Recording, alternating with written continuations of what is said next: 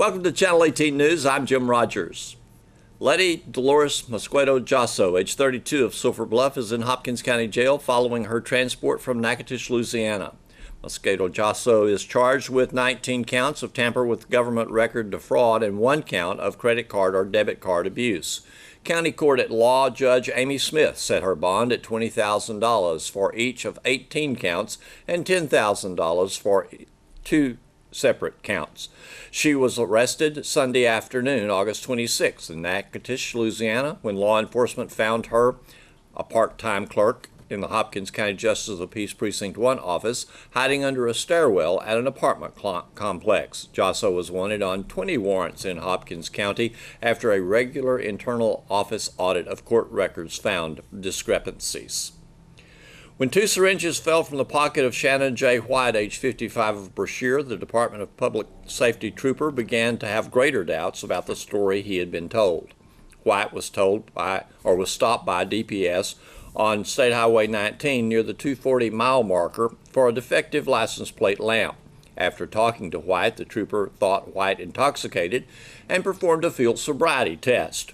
As the conversation continued, White told the trooper that he had prescriptions for his medications that he was taking and walked back to the vehicle to retrieve the prescriptions. That's when the 2 syringes fell from his pocket. The trooper gained permission to search the vehicle and found a container of gum sitting in a blue Solo cup of tea. Inside the container of gum, a small clear plastic bag of crystal-like substance believed to be methamphetamine. White's in Hopkins County Jail, charged with possession of a controlled substance, penalty group 1, less than 1 gram. In 8th Judicial District Court on Thursday, probation for Jackson Blaze Gilreath was revoked. Gilreath will serve 4 years in prison. He had previously been sent to Dream Center, a 12-month faith-based residential drug addiction treatment center. He had been sent to Substance Abuse Felony Punishment, a part of the Texas Substance Abuse Treatment Program run by the Texas Department of Criminal Justice, and to the Safe P Relapse Program. 2 separate purchases of methamphetamine on 2 separate dates in April of this year led to warrants for Gilreath's arrest. The purchases of approximately 2.6 grams of methamphetamine from Gilreath were made from the by the Special Crimes Unit. On Friday, probation for Megan Strong was revoked. Strong will serve 3 years day for day because of drug-free zone parole rules. She was arrested in May of this year on 2 counts of violation of probation for manufacture or delivery of a controlled substance and for possession in a drug-free zone. On today's KSST Morning Show, we met a young author from our local area who has a book out. It's called A Daughter's Curse, Queen of the Waters, The Forbidden Love. And in her journey, a song was added, and now a video will be filmed in our local area. In fact, you may want to be in on the auditions. Let's meet author C.J. Davidson. Well, the name is called A Daughter's Curse, The Queen of Waters' Forbidden Love, a song that came out, I would say, last year, October the 23rd. Is on YouTube for it. It was specifically written for this book, and the purpose is to reach out to as many people out there who are going through or has survived domestic violence. It's nearly close to 1 million views. Wow. And yes, close to 1 million views, and it's not even 1 year yet. It'll be 1 year in October. Okay, so 2017 was the year that you wrote the book and got unexpected surge of support. Yes. That's really kind of put you on a wave. So let's meet who else you brought in. We already know Lindsay Palmer. Good morning, Lindsay. Good morning. You're going to be adding creative direction to a video that's coming, and Chad Copel is our videographer for that. Yes, ma'am. How are you this morning? I'm good. Thank you for coming. Good. Tell me just a little bit about what you do in our area. So Chad's Media is a fairly new endeavor that myself and Lindsay have struck out in, and we're excited to be a part of this. It's we're going to be working with CJ and helping to create a story, a visual story, right. that will bring awareness to what we hope is going to be a change. Okay. There is a mission behind this book, and it is hope. But I'd like CJ to tell us more why you wrote the book. Let's start there. Okay. Well, I wrote the book back in I published in 2017, and the purpose behind that is that I wanted to let the young audience know that there's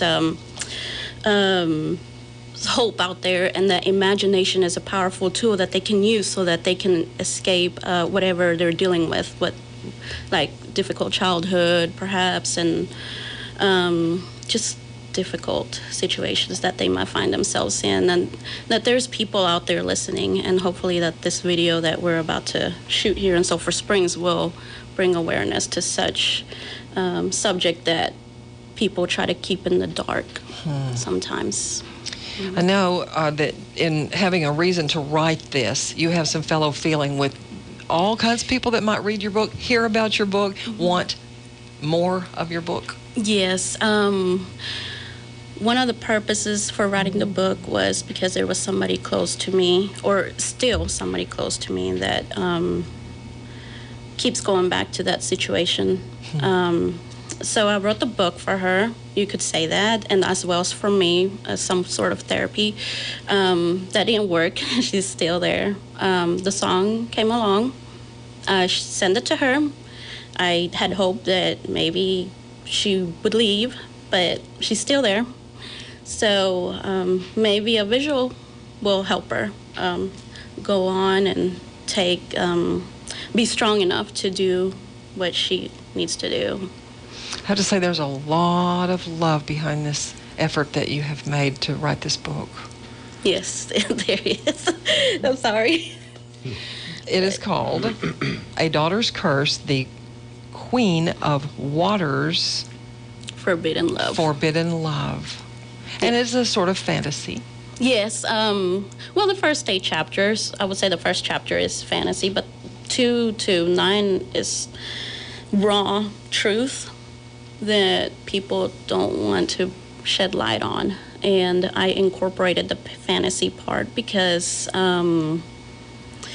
that's what I used when I had a difficult childhood back in my younger years. What sort of ages do you think most love your book? Ages from 14 to and above, really. Okay, 14 and above. I've received emails from ages 16 in which they tell me that the song actually helped them, and the book as well. They were on the brink of committing suicide. They told me their life story. Some of these stories that I hear are really, really sad, and I don't know. They just they're thankful that people are out there listening. And there's someone to talk to. Yes, yes. Who may, share. Yes. And your personality is you're very tender, and you feel for other people, and that is so lovely to see and to experience. So the song. During 2017, you went to Nashville? Yes, I went to Nashville, Tennessee. I had my first signing there. Beth Crowley actually played there, and I just thought her voice was so beautiful. And so about a month later, maybe 2 weeks later, I did show her the book and everything, but about 2 weeks later is whenever I showed her the idea. I told her the idea, hey, we should do this. I think it would be awesome. There's a lot of people out there that need this. And so she was on board right away, and it took us about 3 months or so to kind of get the song going. And so then the song is called I Am Not Nothing by Beth Crowley. Yes, and so ever since it was released, like on the first day, it was like 10,000 views, close to 10,000 views in the first 24 hours. I was signing in Canada, actually, and I was on the plane whenever it got released, so I couldn't see, but as soon as I landed at 9 p.m., I forgot my luggage. I went straight to my phone, and I was like, oh, it had like 7,500 views, and it was 10 p.m. give or My take. goodness, how exciting. Yes, and just some of the comments on there. I'm not sure if you've seen the comments on the song. Yeah. And it is very, I mean, it is worded in such a way that all types of problems that someone may be Yes. experiencing can you feel in the words of the song. Yes. Ending with "I am not nothing" is very Yes. powerful. Yes, it is. A couple of, I think, where the part that says, "I'm just lying here staring up at the ceiling," I think that came from chapter 5, from this business point of view. So it's just powerful. So as we take the step from the writing of the book to unexpectedly, you have a song to go with it.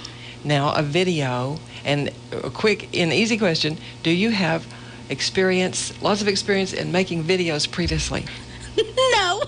So This is going to be new to me. you have brought in a team. Yes, you're Chad and Lindsay. They're great. They're open to everything. She's very creative. So tell me, what is the first step when you have raw material like this and to bring a visual, as you said? How do you begin? So the first step, we've already kind of crossed that bridge, is a lot of meetings and a lot of discussions and planning and securing locations. And of course, a lot of that is kind of just a behind the scenes. You got to do this, you have to do this, you have to do that. But then when it comes to actually creatively unpacking the video, I shut up and I let Lindsay talk, because Lindsay has a very creative eye when she begins processing the story and everything. We've had a lot of fun, so that's Lindsay's department. So bring your microphone closer and tell us a little bit about the approach. Well, I think when speaking with CJ, we determined that she wants to tell a story that encompasses not only one kind of abuse, but multiple kinds. And so we're going to, we've kind of created 3 different storylines that are going to very organically intertwine, but they are all very different. And so it's not just the woman who's being verbally or physically abused. It could be the kid who's being bullied at school and the emotional effects that has. And we're going to touch on just the long-term effects of some of those things and how it can lead to depression and what that looks like for people. And so it's a very obviously intense and sensitive subject. So we're trying to be very careful that we display it in a way that is nothing but empower the victims in the story. So that's kind of the tricky part, I would say. But we really want to showcase just that it reaches multiple people and that there's an empowerment in numbers. The song, let's say after you've read the book, you're hearing the song and you're seeing images. And all this goes together to help a person form what it means to them. And is that maybe what your film work does? Yeah, I think at the end of the day, and CJ said it best just a minute ago, if one person